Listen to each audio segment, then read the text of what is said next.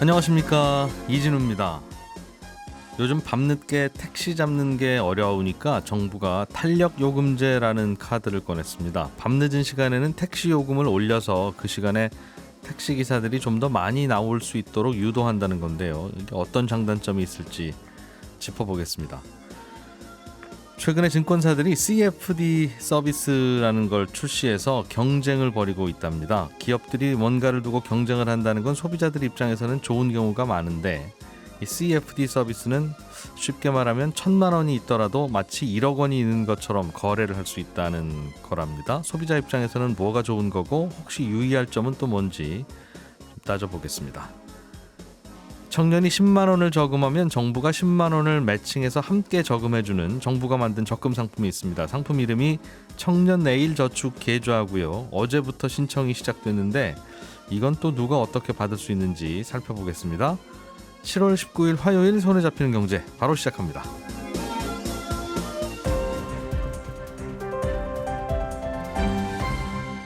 이진우의 손에 잡히는 경제.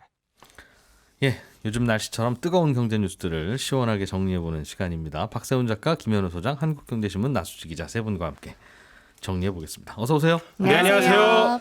박 작가님이 준비해 오신 소식부터 먼저 좀 들어보겠습니다. 네. 청년이 매달 적금을 부으면 네. 정부가 10만 원씩 더 넣어주는 상품. 네, 그냥 10만 원 주는 거예요, 그죠? 정부 사실상 돈으로. 그렇습니다. 어제부터 가입 신청을 받고 있다던데요. 그렇습니다. 근데 이렇게 좋은 걸 누구나 다 해줄 리는 없고요. 당연히 조건이 있습니다. 예. 먼저 나이 기준입니다. 신청일 기준으로 신청자의 만 나이 19세부터 34세 예. 요 안에 들어와야 되고요. 소득 기준입니다. 월 50만 원 초과 200만 원 이하를 벌어야 합니다. 정부 정책 중에 소득 기준이다라고 하면 무조건 세전 기준입니다. 월급 통장에 적히는 그 돈 아니고요. 예. 세전 기준은 건강보험공단이나 근로복지공단 쪽에 요청하면 알아볼 수 있습니다. 아, 이거는 건강보험공단에 물어보면 알 수 있군요. 네, 내 알려줍니다. 세전 월급이 얼마인지. 그렇습니다. 그거 보고 다 보험료 떼실 테니까. 그렇습니다. 네. 그래서 201만 원은 안 됩니다. 음. 그리고 대상자가 속한 가구의 소득도 보고 재산도 보는데 예. 소득은 4인 가구 기준으로 512만 원 이하여야 하고요. 요거는 넘는다 싶으면 혼자 독립가구로 독립하면 되는데. 그렇습니다. 굳이 이런 거 왜 넣는지 모르겠어요. 저도 잘 모르겠습니다. 예. 가구 재산은 대도시 기준 3억 5천만 원 이하, 중소도시 2억 원, 농어촌인 경우 1억 7천만 원 이하입니다. 그리고 기초생활수급자나 뭐 기준 중위 소득으로 50% 이하인 차상위 청년 같은 경우는 예. 기준이 약간 달라지는데 만 15세에서 39세까지고요. 소득 기준은 적용하지 않습니다. 이 기준들을 만족하면 매달 통장에 최소 10만 원부터 넣을 수 있고 예. 최대 50만 원까지 넣을 수 있습니다. 이자는 기본 금리가 2%고요. 연. 급여 이체 통장으로 설정을 한다거나 하는 우대 조건들을 또 만족을 하면 연 5%까지 추가로 줍니다. 매달 10만 원 이상을 대상자가 넣으면 매달 그 10만 원에 정부가 추가로 또 10만 원을 넣어주는 거거든요. 예. 근데 이거 20만 원 넣는다고 20만 원 매칭해 주는 건 아닙니다. 예. 10만 원에서 50만 원 사이로 넣되 10만 원 이상 넣으면 10만 원을 더 넣어주는 겁니다. 그래서 매달 10만 원씩 넣는다고 가정을 하면 3년 후에 원금만 720만 원을 받는 거고요. 예. 여기에 이자는 또 따로 받을 수 있습니다. 그럼 3년 동안 360만 원을 정부가 준다. 그렇습니다. 어제 또 몇몇 언론에서 보도 제목으로 월 10만 원 넣으면 3년 후에 1,440만 원을 받는다 이렇게 써놨던데 예. 이건 기초생활수급자나 차상위 계층 청년인 경우에 10만 원을 넣으면 정부가 매월 30만 원을 매칭을 해주거든요. 예. 그래서 이 경우만 3년 뒤에 1,440만 원을 받을 수 있는 겁니다. 그렇군요. 어려운 청년들 주겠다는 뜻인 것 같아요. 그죠? 그렇습니다. 어렵지만 그래도 일을 해서 월 50만 원 이상을 벌고 있는 청년들에게 정부가 조금 더 돈을 주겠다는 컨셉입니다. 그렇군요. 뭐 지켜야 할 점, 선정이 되고 나서 지켜야 할 점도 있어요? 예를 들면 온라인 교육을 10시간 이상 받아야 하고요. 10시간? 조금 네. 전에 말씀드렸듯이 이 통장의 컨셉이 일을 하고는 있지만 소득이 적은 청년을 정부가 세금으로 돕는다는 거여서 아주 특수한 상황을 제외하고는 3년간 일을 쉬면 안 됩니다. 이거 정부가 중간중간 체크를 합니다. 특수한 상황이라는 건 본인이 다쳐서 출근이 매우 어렵다거나 예. 회사가 갑자기 폐업을 하거나 군대에 간다거나 하는 경우인데 이런 경우는 적립 중지 신청을 반드시 따로 하셔야 됩니다. 정지 신청 안 하고 12달을 적금을 안 넣으면 정부가 매칭해서 넣었던 돈 다 회수해 갑니다. 이게 워낙 좀 복잡하게 돼 있어서 최대한 단순하게 설명을 드렸는데 예. 가입 신청은 인터넷 포털 사이트에서 복지로를 검색해서 그 사이트에서 해도 되고요. 살고 있는 동네 읍면동 주민센터에서도 할 수 있습니다. 그래서 가입 허가가 나면 10월부터 가입이 될 예정인데 추가로 더 궁금하신 게 많으실 거예요. 이런 분들은 국번 없이 129, 국번 없이 129번으로 전화하시면 되는데 네. 여기 아마 문의 전화가 많이 갈 겁니다. 그래서 통화가 좀 힘드실 수 있으니까 그럴 땐 1522-3690 1522번 다시 3690번 여기로 전화를 하시면 상담을 받을 수 있습니다. 알겠습니다. 웬만하면 주민센터 가시겠군요. 네. 오늘 알려주신 것 중에 제일 외우기 쉬워서 번호들은 헷갈리고. 알겠습니다. 10만 원씩 보태준다 나라에서. 네. 이런 제도들이 이것저것 꽤 있죠. 네. 여러 개가 있어서. 네. 알겠습니다. 김현우 소장님, 네. 정부가 밤에 택시 안 잡히는 걸 막기 위해서 네. 택시 탄력 요금제를 도입할 예정이다. 그렇습니다. 밤에는 자정 넘으면 할증되는 것도 있긴 있는데 네. 그것보다 더 비싸게 맞습니다. 택시 요금을 올려주면 택시 기사님들이 나와서 운행할 거 아니냐, 그렇죠. 그런 건가 봐요. 그게 핵심입니다. 어제 국토교통부 장관이 대통령이 업무 보고한 내용 중에 뭐 네. 여러 가지 내용이 담겼는데 교통불편 해소 방안 중에 하나예요. 심야 피크 시간대 그 10시에서 한 2시 사이 정도 요 시간대에만 요금을 지금 할증 요금과는 별개로 탄력적으로 올릴 수 있는 탄력 요금제를 적용하겠다. 물론 이제 탄력적인 요금제라는 게 올릴 수도 있고 내릴 수도 있지만 네. 포인트는 이제 올리는 거에 좀 맞춰져 있습니다. 예. 요때 택시가 잡히지 않는 이유가 수요에 비해서 공급이 적다. 그러니까 돌아다니는 택시들이 적다고 판단을 한 건데요. 네. 요 시간대에 요금을 올리면 뭐 운행을 하는 택시가 좀 늘어날 것이고 그렇게 되면 사람들이 뭐 잡기 쉬워지지 않겠느냐인 건데 다만 이 탄력적인 요금제를 적용하는 대상이 일반 택시 전부 다가 아니라 네. 이 플랫폼 택시 그리고 플랫폼 서비스를 통해서 부를 수 있는 택시에 한정해서 적용을 하겠다. 그러니까 휴대폰으로 부르는 택시를 말하는 겁니까? 그렇습니다. 뭐 카카오티라는 간판을 달고 다니는 택시, 그 외에 뭐 마카롱 이런 것들도 많이 있죠. 그런 택시 플러스 그냥 일반 법인 택시, 개인 택시라고 하더라도 말씀하신 대로 휴대폰을 통해서 호출할 수 있는 택시에 대해서만 한정하겠다라는 겁니다. 왜요? 왜 그냥 손 들어서 잡는 택시는 왜 안 합니까? 안 됩니다. 그게 이제 일반 택시 같은 경우에는 택시 요금을 조정하는 게 지자체의 권한이라서 예. 국토부에서 그 전국의 택시 요금 자체를 세세하게 컨트롤할 수 없기 때문이에요. 그 택시 요금 지금 현황 보면 지자체가 한 3, 4년 정도는 동결을 하고 있습니다. 예. 강원도가 올해 그리고 부산이 작년에 요금을 조정을 했고 대구는 2018년 그리고 나머지 지자체가 2019년에 요금을 조정하고 안 움직였어요. 예. 택시 요금은 2년마다 한 번씩 뭐 물가 상승이나 이런 것들을 반영을 해가지고 요금을 조정해라 이게 정부 권고 사항이긴 한데 코로나가 터지고 그다음에 뭐 지방선거도 중간에 껴있다 보니까 대부분 지자체가 이걸 밀어둔 상황입니다. 밀어두고 이제 좀 손을 댈까 했더니 물가가 지금 문제가 되고 있어서 택시 요금 인상 자체를 꺼내는 게 쉽지는 않고요. 그런데 그 반면에 이 플랫폼 사업자의 요금 체계 같은 경우에는 국토부에 신고를 해야 되거든요. 네. 그리고 이제 승인을 해주는 체계라 사실상 이 정부가 택시 요금을 조정을 할 수가 있는 거죠. 지금도 그래서 플랫폼 택시를 부르게 되면 비싸게 받는 경우들 있잖아요. 요게 신고돼서 승인된 게 최대 4배까지 올려받을 수 있도록 요금 체계가 되어 있어요. 예. 그래서 결국은 이렇게 플랫폼 업체 통하게 되면 지자체 요금 조정 없이도 정부에서 탄력 요금제를 적용을 할 수 있다라는 겁니다. 좀 이상한 제도군요. 그러니까 택시 요금을 지자체가 정해라. 그렇죠. 라고 하면 지자체가 결정할 일이고 네. 국토부가 정해라 하면 국토부가 결정할 일이고 네. 지금은 둘 중에 아무나 조정하면 조정할 수 있다는 뜻이네요. 그죠? 결국은 이렇게 된 거죠. 이제 플랫폼 택시들이 생기면서 둘 중에 아무나 물론 이제 기본 요금을 손댈 수는 없지만 예. 기본 요금은 낮더라도 거기에 플러스 알파는 뭐 지자체 국토부에서 손댈 수 있는 쪽. 어쨌든 그래서 국토부가 플랫폼 택시에서는 할증 적용을 할 수 있다. 네, 그렇습니다. 그러면 똑같은 시간대 예를 들면 자정 무렵에 11시 반쯤에 예. 손 들어서 택시 잡으면 기본 요금이 얼마인데 네. 플랫폼 택시로 부르면 똑같은 택시 불렀는데 비싸겠네요. 그렇죠. 맞습니다. 뭘 그런 일이 벌어져요? 그런 일을 벌여서라도 비싸게 하게 되면 택시가 나오지 않겠느냐는 건데 네. 지금은 11시 정도에 손 들어서 잡으면 택시의 기본 요금은 서울 기준 3,800원입니다. 예. 12시가 넘어가게 되면 기본 요금이 800원 올라서 4,600원이에요. 요 800원 차이라는 거죠. 근데 지금 탄력 요금제를 시행을 하게 되면 800원보다 좀 더 올리자 기본 요금 자체를 플랫폼 택시로 부르게 되면 얼마나 더 업계에서 요게 얘기가 나온 게 한 두세 달 전부터 요 얘기가 나오긴 했었거든요. 탄력 요금제에 대해서. 근데 택시 업계에서 이제 요구를 하는 건 한 2, 3천 원 정도 올리면 충분히 택시들이 그 시간대에 밖으로 나올 요인이 될 것으로 보인다라는 겁니다. 지금 이 택시가 부족한 게 한 5,000대 정도가 부족한 걸로 보고 있어요. 근데 코로나 이후에 법인 택시 숫자를 보니까 2만 8천 대 정도가 감소를 했습니다. 예. 그중 이제 서울에서만 한 10,000대 정도가 줄어들었고요. 심야에 부족한 게 5,000대로 판단이 되고 있는데 그거에 비해서 이제 개인 택시는 거의 변동이 없습니다. 개인 택시 수가 변동이 없는데 사실 법인 택시가 줄어든 만큼 이 개인 택시 쪽에서 나와 주기를 바라는 거죠. 그런데 이제 개인 택시 분들 같은 경우에는 법인 택시와는 다르게 뭐 산악금 부담이나 이런 것들이 없다 보니까 예. 날씨가 안 좋거나 너무 심야한 시간대 힘든 시간대 되면은 안 나오실 수도 있다는 거예요. 그래서 이분들을 그럼 나오게 하려면 어떻게 하냐? 물론 이제 부재도 임시적으로 풀어주기는 했는데 예. 그 시간대에 조금 비싸게 요금을 받을 수 있도록 하자. 물론 지금도 플랫폼 택시를 이용하게 되면 4배까지 비싸게 받을 수는 있지만 네. 그건 불확실한 거잖아요.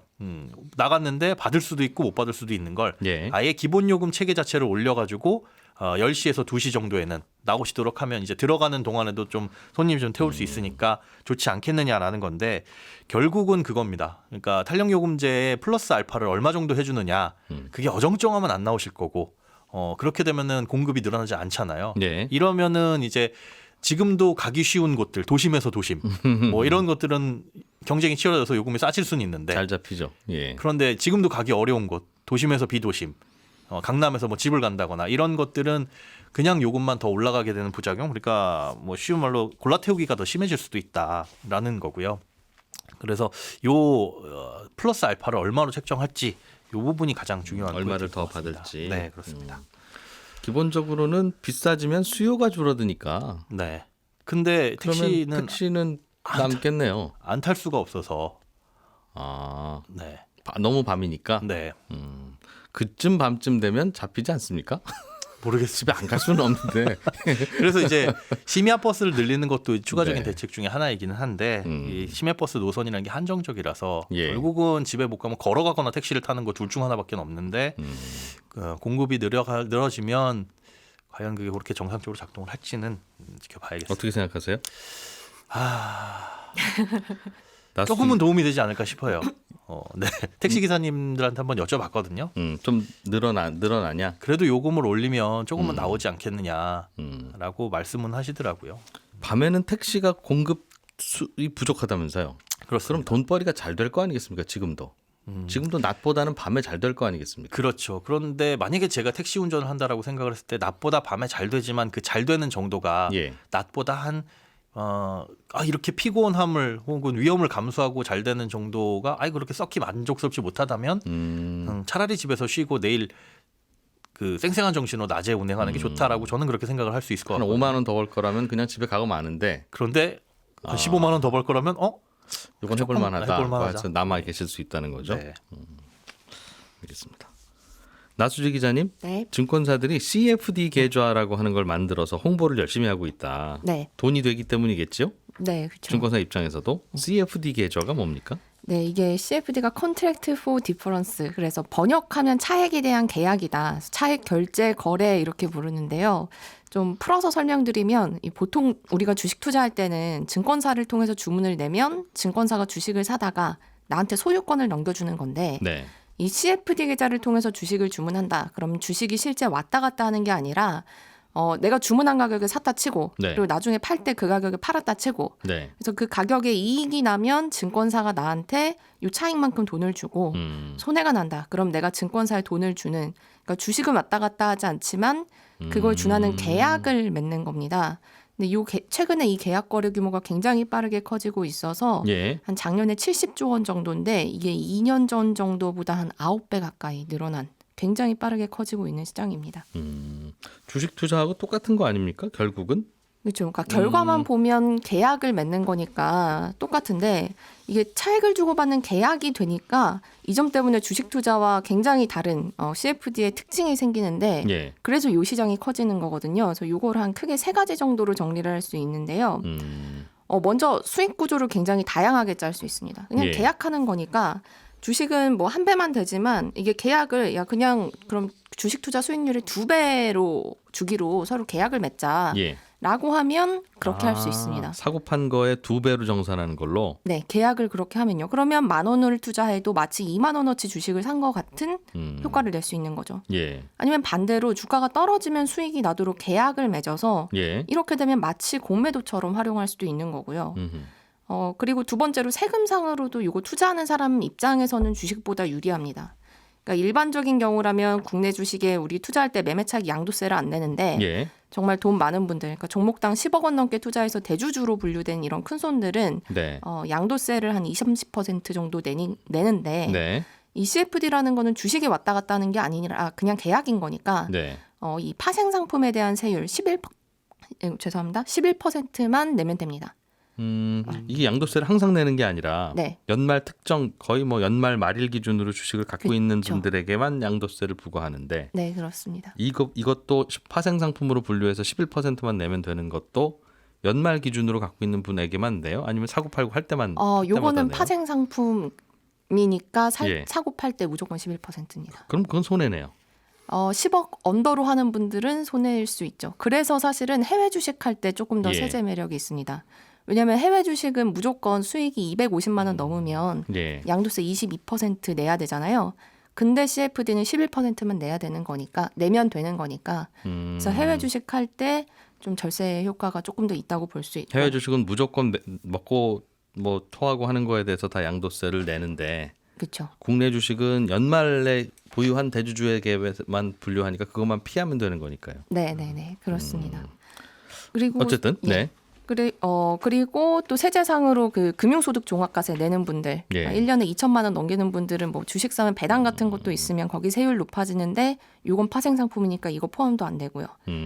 근데 이거를 아무나 할 수 있는 게 아니라 이 전문 투자자로 등록한 사람만 할 수가 있습니다. 예. 이 전문 투자자는 뭐 금융 투자 상품 잔고가 5천만 원 이상, 뭐 연소득이 1억 원 이상이거나 아니면 좀 전문 자격증 가지고 있는 분들, 예. 이런 사람들이 전문 투자자가 될 수 있는데 이게 2019년에 전문 투자자 될 수 있는 문턱이 굉장히 크게 낮아졌거든요. 그러면서 전문 투자자 수가 원래는 3,000명 정도였던 게 한 작년에는 14,000명까지 늘었습니다. 예. 그러면서 CFD 시장도 이 앞서 뭐 절세 혜택, 뭐 이런 다양한 구조 이런 거에 합쳐서 전문 투자자가 늘면서 갑자기 확 커진 거죠. 그렇군요. 혹시 좋은 점은 조금 전에 쭉 설명을 해주시니까 이런 건 좋겠구나 하는 생각은 들어요.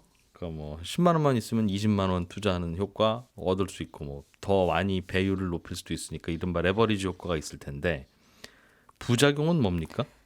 이게 적은 돈으로 큰 지렛대 효과를 일으킬 수 있는 상품들이 네. 이 시장이 좀 과거에 보면 크게 출렁일 때 약한 고리가 될 수 있다는 게 문제인데 이런 걸 좀 그러니까 근데 또 이 시장이 너무 빨리 커지다 보니까 너무 약한 고리가 될 수 있을 것 같다라고 해서 금융당국도 이 시장에 이런저런 규제를 만들고는 있습니다. 예. 그러니까 원래는 10배까지 빚을 낸 것 같은 효과를 낼 수 있었는데 지난해 10월부터는 이거 좀 위험한 것 같다. 2.5배까지만 빚낸 것 같은 효과를 낼 수 있게 범위를 좀 줄였고 원래는 요거 주식 선물과 동일하게 봐서 주식 선물도 지금 과세가 안 되니까 이거를 똑같이 봐서 비과세였던 거를 네. 시장이 좀 너무 커지는 것 같으니 작년 4월부터는 11% 과세하게 된 거거든요. 그래서 예. 너무 과열되지 않도록 김을 조금씩 빼고 있긴 한데 이거는 뭐 그럼 신용 또는 대출 받아서 투자하는 거하고 비슷한 규모네요. 2.5배까지면. 그렇죠. 예, 굳이 이거 안 열더라도. 네, 예. 그래서 김을 빼고는 있는데 그렇다고 뭐 위험하지 않다라고 확신을 할 수는 없는 것이 이 작년 초에 혹시 미국에서 빌항이라는 사람이 예. 빚을 많이 내서 주식 투자하다가 주가 떨어지니까 이 거래를 주선했던 증권사들이 한 11조 원 넘는 큰 손실을 떠안았다 이런 뉴스가 있었는데 예. 이때 빌항이 투자했던 게 바로 CFD거든요. 네. 물론 미국에서 했으니까 훨씬 더 많은 빚을 진 것 같은 방식으로 투자를 했긴 하겠으나 예. 어쨌든 고액자산가들의 이런 고위험 투자가 증권사나 시장 전체에 영향을 미칠 수도 있는 것이라서 이런 것 때문에 거래소나 금융당국이 좀 요 규모를 계속 짓게 하는 시스템을 만들기도 하면서 주시하고는 있습니다. CFD. 네. 알겠습니다. 박 작가님. 네. 오늘 우리나라 기재부 장관과 미국의 재무부 장관 네. 결국 같은 부처 장관인 거예요. 네. 나라만 다르고 두 사람이 만난다고 하는데 만나는 의제가 뭔지 왜 만나는지 혹은 뭐 뭘 좀 기대할 수 있는지 등등에 대해서 언론의 해석이 많은 것 같습니다. 그렇습니다. 크게 두 가지 주목하고 있는데 예. 하나는 미국이 주도 중인 러시아산 원유 가격 상한제라는 거예요. 이건 지난번에 한번 설명을 드렸는데 러시아 원유 사는 소비 국가들끼리 가격 담합을 해서 예. 특정 가격 이상으로는 사지 말자라는 겁니다. 근데 이제 가격 담합을 하려면 모든 소비국들이 단합을 해야 되는데 그게 쉽지가 않고 러시아가 지금 팔고 있는 가격보다 더 낮게 가격 설정을 해버리면 러시아가 원유 증산을 안 할 가능성도 있습니다. 아, 러시아가 아예 그럼 석유 안 팔고 만다고 한다는 거죠? 그렇습니다. 그러면 공급이 주니까 국제 원유 가격이 더 오를 수 있어서 예. 이 제한은 쉽게 성사는 안 될 겁니다. 어제 끝난 G20에서도 관련 합의문이 채택이 안 됐는데 예. 다만 이 제안을 우리에게 했을 때 우리 정부가 어떻게 반응을 할 것이냐 이 부분이 첫 번째 포인트인 거고요. 우리가 러시아에서 원유를 꽤 갖고 오고 있더군요. 러시아 입장에서 보면. 러시아 입장에서 많이 갖고 오고 우리 입장에서는 그렇게 많이 갖고 오는 건 아니고요. 전체 원유에 우리가 한 4~5% 4% 정도를 정도 가지고 원유를 러시아에서 가져오던데. 네. 예. 그래서 어떻게 반응할지 이 부분이 포인트인 거고 두 번째는 한미 통화 스와프 얘기가 많이 나오는데 네. 통화 스와프라는 건 이런 거예요. 장사하는 분들은 언제 어떻게 손님들이 단체로 올지 모르니까 늘 냉장고 안에다가 소주나 맥주를 채워두잖아요. 예. 그런데 예상보다 손님이 갑자기 더 많이 와버리면 소주나 맥주가 모자르게 됩니다. 네. 그럼 어떻게 하느냐? 그럴 때를 대비해서 옆집 사장님하고 미리미리 계약을 해두거든요. 예를 들면 우리 가게에서 물 10병을 가져가면 옆집 가게 사장님은 소주 10병을 아무 말 없이 바꿔주는 걸로 하자. 이렇게 계약을 맺어두는 겁니다. 사실 옆집 가게 사장님은 물은 필요 없는데. 네.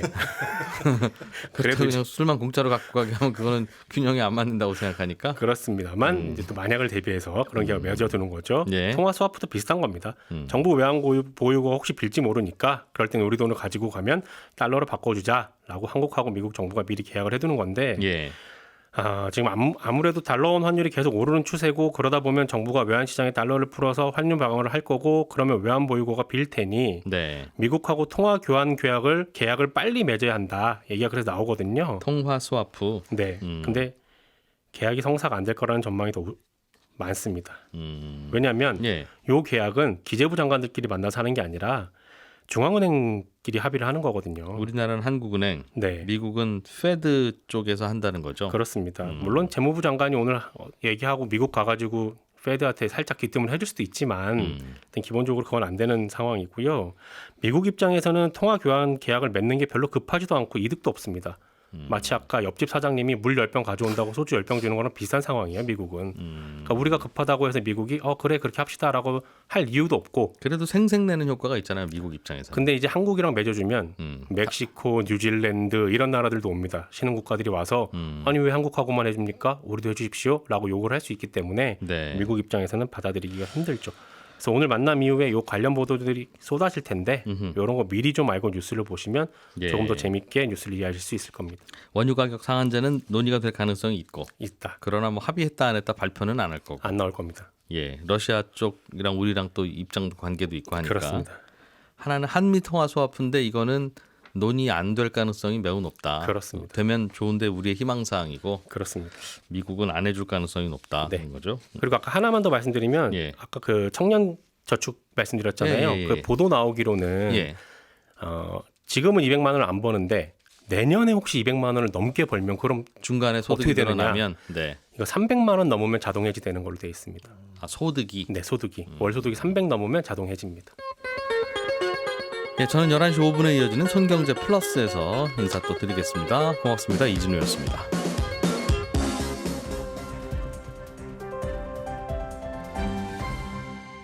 경제를 생각하는 사람들의 즐거운 습관. 이진우의 손에 잡히는 경제.